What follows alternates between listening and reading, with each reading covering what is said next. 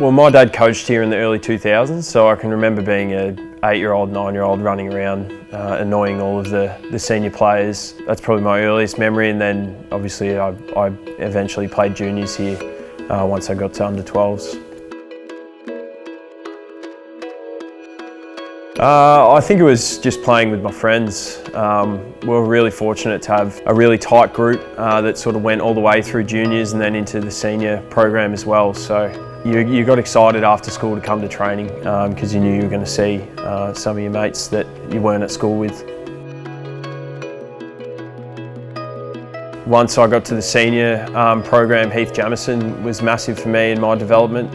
He was understanding of what the VFL program required of me, was willing to let me spend a lot of time there because he knew it would help me develop as a footballer. It might not have helped his team at the time, but yeah, just his guidance and his light-hearted nature really made footy fun. And also other guys like Shane Jack, he was an assistant coach at the time. I had a really good relationship with him. So yeah, just figures like that had a great influence over my development as a young player. You know, I've got great memories of that 2015 premiership, and every time I see players that I played with in that team, yeah, you almost feel like it's back to that time. You've got that connection.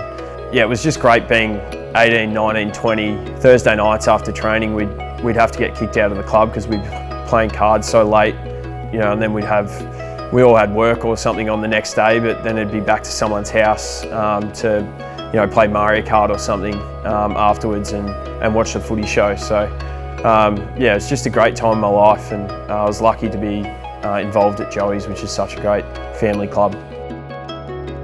There's some great volunteers at this club. Annie Cramp, she's been doing it since before I can remember, maybe even when I was a little kid when Dad was coaching. She's been donating her time. There's people like Tony Katanak, he runs the bar at training at the moment, and the Hickeys as well have had a massive impact in driving a family or a very inclusive club. Chris was a huge pioneer for the women's program, or the women's football program, and he's still coaching now. And yeah, I think that's been a great change and a massive feather in the cap for that family, what they've done. I'm just very fortunate that the people that I've met down here are just great people, and I've been able to stay close friends with Al and other people that I played in the flag with as well. Yeah, it's just been a very memorable and enjoyable time of my life playing at Joey's. All of our supporters, all the kids that we see at Geelong games, they're in some facet playing grassroots footy. So if those programs weren't there, then you know they might fall out of love with the AFL. Yeah, it's huge in stimulating interest in what we do, and obviously in the development. Everyone who's playing AFL, maybe short of O'Sheen and Mark O'Connor, they've all played grassroots AFL footy. So yeah, it's a huge part of what we become as AFL footballers. I haven't worn the colours for ages. 2015 I think it was maybe my last game, or even maybe one in 2016, but yeah, it's just great. It's a great initiative from the club. Yeah, hopefully we can play well. Yeah, channel a bit of our local club spirit.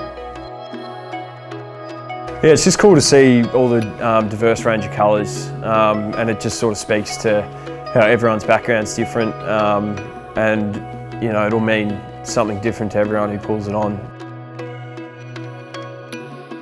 So yeah, it's been really cool to see that. It's been cool. We had to dig up our old jumpers and bring them into the club this week, and yeah, even just seeing that brings back a lot of memories. So yeah, hopefully I'll be back one day to play another game at Joey's, but for now I'll have to make do with wearing this weekend's jumper.